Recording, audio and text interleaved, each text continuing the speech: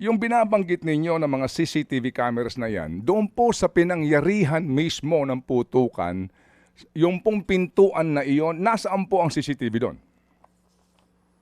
Hindi ko po masyado pero pinare-review ko ang mga CCTV. May mga nakukuha naman kami na footages.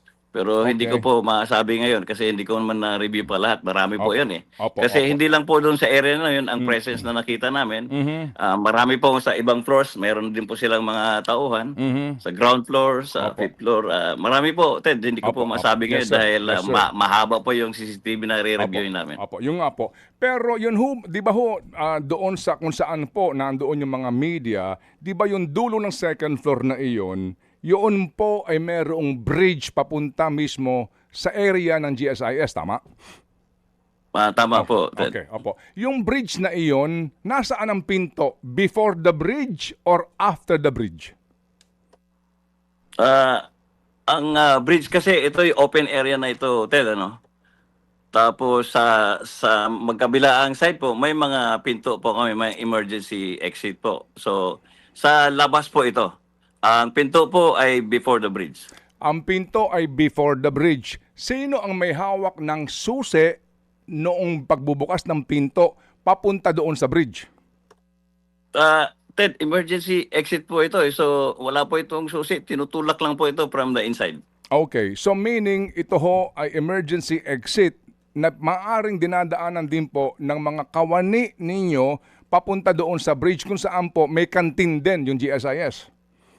Hindi ko po kabisado sa GSIS sa GSIS side. Hindi ko po alam kung Okay. ano yung Opo. meron doon sa kabilang side po. Okay, so yung pinto na ito kaninyo, walang lock ito.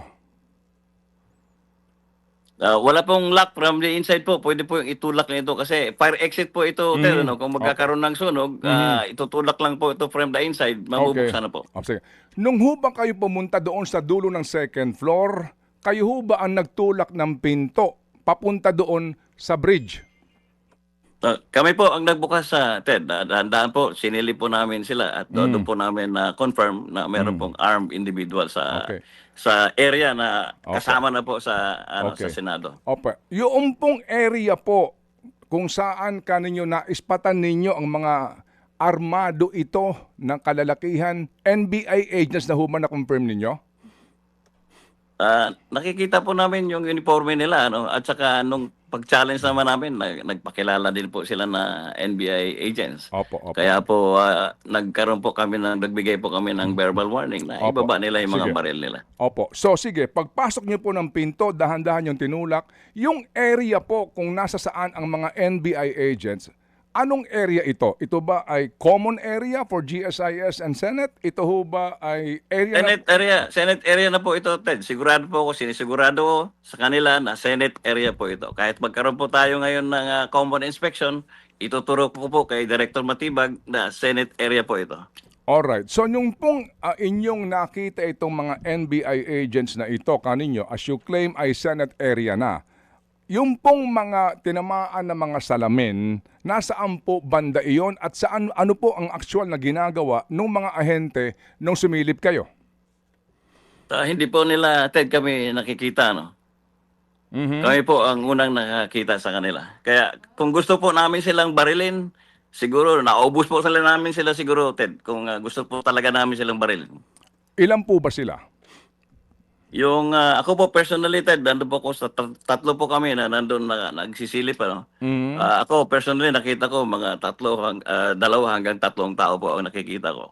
Pero sa CCTV po namin, marami po sila. At makikita naman natin sa footages na naka-upload sa social media na marami sila at armado po sila. Nakahanda po sila ng Apo, iba po makipagbarilan sa kung sino mga Opo. Mga kapatid, patuloy po kayong tumutok sa 105.9 True FM para sa totoong balita, impormasyon, music and entertainment. Mag-subscribe sa aming YouTube channel at podcast at sundan nyo kami sa Facebook, Instagram, X at TikTok sa True Network PH. Bisitahin din po ang aming official website, truefm.ph.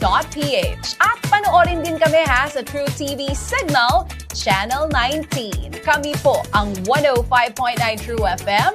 Laging true sa'yo, kapatid. Ito tayo sa totoo. katapat.